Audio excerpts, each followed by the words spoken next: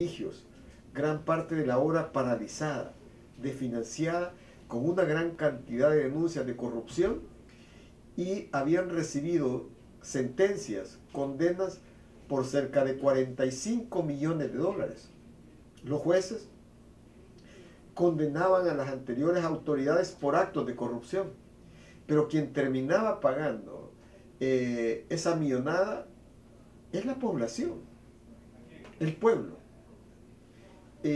Por eso es que nosotros llegamos allí a iniciar un gran cambio, un cambio que tiene que profundizarse. Nosotros estamos cumpliendo ya 8 años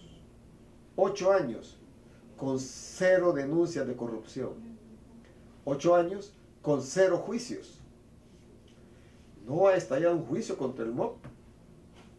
8 años con 0 condenas hacia el Ministerio de Obras Públicas. Es decir, si en el pasado usted tenía que pagar 45 millones por todos los actos de corrupción en el MOP de Arena, van 8 años donde el MOP no ha recibido ninguna condena. Y eso no cuesta. Yo siempre les digo a ellos, no cuesta ser honrado. Hay que entrar con las manos limpias. Un buen servidor público entra con las manos limpias y sale con las manos limpias de la administración pública y gobierna con las manos abiertas de cara a la ciudadanía. Eso es lo que nosotros hemos hecho. De las denuncias que presentamos, se está por judicializar una. Es el escandaloso acto de corrupción del bulevar llamado Diego de Holguín, que no lo construyeron. El costo por esos pedazos que dejaron abandonados, el costo que la población ha tenido que pagar es superior a los 73 millones de dólares. Hombre, mire, con esos 73 millones de dólares yo hago 3 bulevares de esos y todavía me queda vendaje. Más de 73 millones de dólares. Esos son hechos que vienen del año 2004. Sin embargo, son delitos del 2004, estamos en el 2017 y apenas hoy en agosto va a arrancar el juicio. Es decir, que en el pasado era así. A Juan Pueblo, al robagallinas, el robagallinas iba a Mariona, pero el robamillones iba al Hospital de la Mujer o a Miami. Eso se terminó. La única manera de enderezar al país es combatiendo parejo al robagallinas y al robamillones por igual. Es más, yo pienso que el robamillones era más criminal, porque le robaban a los hospitales. Imagínense que el hospital de maternidad lo dejaron desfinanciado, se robaron el dinero. O el hospital de la Unión. Nosotros, que no recibimos esos dineros, pues nosotros hemos entregado esos hospitales. Entonces, el caso de Holguín es el único caso. Hay casos que siguen en la impunidad. Por ejemplo, El Salvador, como usted sabe, sufrió 2 terremotos. En enero de 2013, no, el 13 de enero, perdón, 2001, y el 13 de febrero del mismo año. 2 terremotos. Millares y millares de familias, niños damnificados, viejecitos damnificados, todo. Taiwán, que es una nación bastante generosa, hizo un envío de cerca de 20 millones de dólares para auxiliar, para hacer vivienda a esas familias que las habían perdido. Ni un centavo de la donación de Taiwán, ni un centavo llegó a los damnificados. Ni el dinero de los damnificados se les escapó. Cheques enteros salieron del Banco Cuscatlán, un banco que era arenero de San Salvador, al Banco Cuscatlán de Costa Rica. Y del Banco Cuscatlán de Costa Rica, remesados esos cheques a las Bahamas. Es decir, dirigidos hacia las guaridas fiscales, los llamados paraísos fiscales. Y allí todo se pierde en el saco roto de la corrupción. Hasta este momento no se ha recuperado un solo centavo. el gobierno de los Estados Unidos activó un reporte de operaciones sospechosas para perseguir eso. Pero luego eso se congeló. En El Salvador nunca se activó el reporte de operaciones sospechosas. Entonces, es importante que se cumpla estrictamente la ley contra los lavadores, porque lavadores son los narcotraficantes, lavadores son los que extorsionan, también lavan dinero, los que secuestran lavan dinero, pero también aquellos que se robaban los fondos públicos. Después de que se robaban esos millones, los llevaban a un banco o compraban inmuebles. Eso se llama lavado.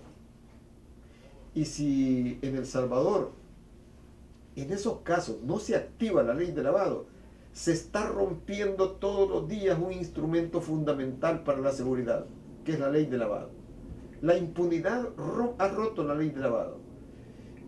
Por eso hay varios instrumentos importantes. La ley contra el lavado, y hay otra herramienta clave, es la ley de extinción de dominio, que tiene que robustecerse. La ley de extinción de dominio está dirigida a incautarle los capitales al narcotráfico, a incautarle los capitales al crimen organizado, a incautarle los capitales a los lavadores, pero también a incautarle los capitales a aquellos sátrapas que se robaban los dineros públicos, sean quienes sean. Entonces, eso hay que robustecerlo. Es la única manera que el país prospere. Hasta ahora no se han recuperado muchos de los fondos que se llevaron. No se trata solo de meter preso a los delincuentes corruptos. Se trata de recuperar esas fortunas para multiplicar las obras, la salud pública, la educación, las computadoras para los niños, los caminos para los cantones y caseríos. ¿Qué papel juega la Sala de lo Constitucional? A veces la vemos muy activa con sus recursos, y se dice por ahí pues que pueda que esté incluso a favor del Partido Arena con todas esas resoluciones, porque como usted decía anteriormente, ya no se habla nada del caso de Taiwán, el dinero de los hospitales, el caso Saca, o sea, no se dan respuestas en este momento. Mire, yo personalmente creo que es una virtud de la democracia que haya independencia y separación de poderes. Separado el poder judicial, el poder ejecutivo y el poder legislativo. Es una virtud de la democracia. Y también necesario que haya pesos y contrapesos, ¿verdad?, entre los tres poderes. Que haya un control constitucional. Eso también es una de las instituciones más importantes de la democracia. Y en el pasado, cuando estaban los gobiernos anteriores, prácticamente la Corte Suprema de Justicia era como la oficina jurídica del Ejecutivo, porque eran verticales, eran un gobierno corporativo. El Poder Judicial como una oficina jurídica del Ejecutivo. Eso terminó. Gracias a la lucha que nosotros dimos, hoy hay separación de poderes. Eso es bueno. Y en esa separación de poderes todos tenemos que ir haciendo un aprendizaje. Y en ese aprendizaje es posible que cometamos errores, pero hay que seguir avanzando. Lo que yo sí creo son dos cosas. Uno, los fallos de la justicia constitucional se deben acatar y se acatan. Eso es lo importante.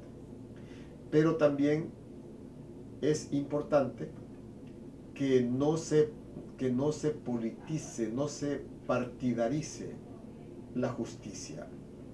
Porque si se partidariza la justicia, entonces no es justicia. Pero ustedes en la ley de extinción de dominio se da pues esa gran controversia. El Partido Arena pidiendo un tiempo, el FMLN, todos sus diputados pues aprueban un tiempo diferente. Incluso sale el alcalde de San Salvador un poco en desacuerdo con las decisiones tomadas del partido FMLN. Bueno, mire, sobre eso se ha dicho muchas cosas. Y hay gente que habla y no entiende, pero habla. Yo le explico. Yo le explico. La Constitución de la República, usted lo puede ver Si no tiene una constitución, la puede consultar en internet. El artículo 240 de la Constitución establece que los delitos cometidos contra la hacienda pública por los funcionarios del Estado prescriben. Prescriben quiere decir vencen a los 10 años. Es decir, que después de 10 años ya no se puede hacer persecución, ni investigación, ni nada de eso. Para mí, ese artículo de la Constitución, ese inciso es perverso, porque nació para la impunidad, nació para proteger a los corruptos. ¿Cuál es mi propuesta? Que los delitos contra la corrupción deben ser imprescriptibles. Los delitos de narcotráfico, los delitos de lavado, los delitos de secuestro, los delitos de peculado, o sea, de enriquecimiento ilícito, de funcionarios y particulares, o sea, los delitos de fraude a la hacienda pública, al Estado, no deben prescribir. Eso quiere decir que deben ser perseguidos en cualquier tiempo, bajo el principio de pronta y cumplida justicia. Pero si dentro de 15 años le descubren a usted que usted robó dineros al pueblo, debe alcanzarle el brazo de la justicia. O todos en el suelo o todos en la cama. Es la única manera de enderezar el país.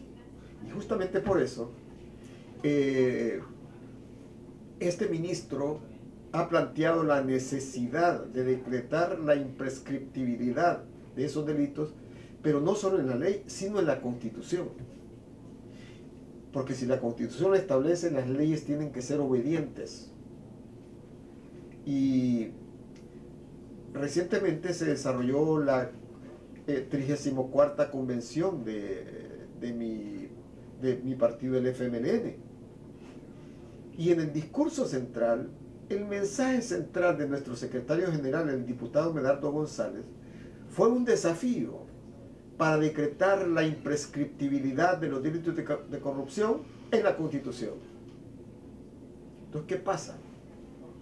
Los corruptos dicen que solo debe quedar en la ley, porque los corruptos y sus padrinos saben que si solo está en la ley, entonces los jueces pueden decir, como la Constitución establece 10 años, entonces se declara la inaplicabilidad de la ley. O los corruptos tienen el chance de ir a una cámara para quitarse una condena, por ejemplo. Entonces, no, mire, la enfermedad hay que atacarla de raíz. Es en la Constitución donde se dejó ese artículo que tutela la impunidad. No más impunidad. Hay que ir a fondo. Entonces, esa es mi posición y esa es la posición que ha dado el coordinador general del FMLN. Regresando a usted al país, le toca pues seguir haciendo obras. ¿Cómo hacen como ministerio para sacar muchas obras con el poco presupuesto que tienen? Y además de eso sabemos que una donación de España pues no va a llegar a El Salvador. ¿Y cuál es el mensaje que usted le envía a la oposición para que dejen de seguir bloqueando estas ayudas y estos préstamos para que el país siga desarrollando? Bueno, lo que ha estado pasando es que la oposición, el Partido Arena, tiene como objetivo hundir los programas sociales, abortar los programas sociales. Ellos quieren que fracase el programa del vaso de leche a los niños, porque así quedaría mal el gobierno. Ellos quieren que fracase el programa de zapatos que se le dan a los niños y se le entreguen esos zapatos para que los niños no se quemen sus piecitos cuando van a la escuela, no deserten de las escuelas porque no tienen zapatos. Pero ellos quieren Arena quiere que fracase ese programa para que el gobierno quede mal. Quieren detener el programa del paquete escolar. O ahora estamos desarrollando un programa muy lindo, que es el programa de un niño una computadora, una niña una computadora. Porque si una niña tiene una computadora, eso lo conecta con la ciencia, con el saber, con la tecnología, con la información, la conecta con el mundo y con el futuro. Usted le está dando riqueza cuando le da intelecto a una niña o a un niño, le está dando la mayor riqueza que le puede dar, que es el talento. Arena quiere que eso fracase y por eso votan contra el presupuesto de educación, votan contra el presupuesto de salud, votan contra el presupuesto de obras públicas. Si se ofrecen créditos al país, votan contra los créditos del país. Recientemente, como usted dice, había un financiamiento de 37.7 millones de dólares para construir 15 carreteras con ese dinero. Y una parte es donación de la Unión Europea. Con eso se iba a construir la carretera, se iba a pavimentar la carretera de Usulután, Santa María a Santa Elena. Con eso se iba a construir la carretera de Chalchuapa, El Coco, hacia Ciudad Jerez en Guatemala. Con eso se iba a construir la carretera Las Vueltas. Con eso se iba a construir la carretera Chaparrastique, desde el volcán hacia San Miguel, para darle una ruta de evacuación a más de 5.000 personas, mujeres y niños amenazados por la erupción del volcán de San Miguel. Con eso se iba a construir la carretera pavimentada de Mozote a Altomiro. Con eso se iba a construir la carretera Las Vueltas en Chalatenango. Con eso se iba a construir la carretera de Arcatao hacia La Cañada, allá muy cerca de Honduras, que son poblaciones salvadoreñas. Se iban a construir muchas carreteras. Sin embargo, y se iba a generar empleo, porque la idea es que el 100% del empleo fuera de muchachos y muchachos de esas zonas. Y una parte de eso era donación. Arena bloqueó por 2 años y medio la donación, hasta que finalmente mandó archivo eso e impidió ese tipo de donaciones. Pero a pesar de eso, nosotros seguimos trabajando con lo que tenemos. El MOP, si con las uñas tiene, con eso vamos trabajando. Y usted me preguntaba, ¿y cómo hacen entonces? Yo le digo, mire, hay una manera sencilla de multiplicar los panes y los peces. Yo creo que hay 2 maneras. Una es administrar honradamente los dineros del pueblo. Ahí va abundando. Si tú eres honrado, Dios te da abundancia. Aunque no tengas dinero y tienes muchas necesidades y te piden las comunidades, te piden los caseríos, te piden los alcaldes, te piden, y no tienes dinero, recuerda que siempre hay alguien que provee. Siempre hay alguien que provee. Y hay además una segunda manera de multiplicar los panes y los peces. Es uniendo a la familia, uniendo a la nación, uniendo a nuestros cantones, nuestras comunidades, municipios. El MOP trabaja haciendo convenios con las comunidades. Hacemos convenios con los gobiernos municipales de todos los colores. El MOP hace convenios con el sector privado. Fíjate que recientemente, por ejemplo, en San Salvador, desde hace como 2 siglos, había un puentecito chiquitito de la calle de los Planes de Renderos hacia el cuartel El Zapote. Y era una cola enorme. Nosotros ya ampliamos ese puente. Pero si no tenemos dinero, bueno, nosotros buscamos un convenio con la Asociación Azucarera, porque por ahí pasan los camiones cañeros. Y el MOP, yo personalmente fui y les dije, mire, por ahí pasan los camiones cañeros, ¿verdad?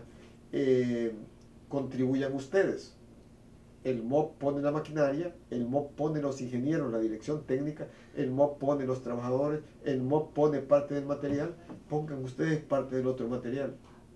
Y ya le aumentamos un 3er carril al puente y vamos aumentándole ya el 4º carril. O sea, no necesitas endeudar al país en 8 millones de dólares para hacer ese puente. No necesitas. Lo que necesitas es dedicación, voluntad y unir al país. Unir al país. Si tú unes a la familia y actúas con honradez, no te quepa duda que habrás aprendido a multiplicar los panes y los peces. Yo, para ir cerrando la entrevista, señor ministro, ¿qué papel va a jugar el FMLN en las próximas elecciones a alcaldes y diputados?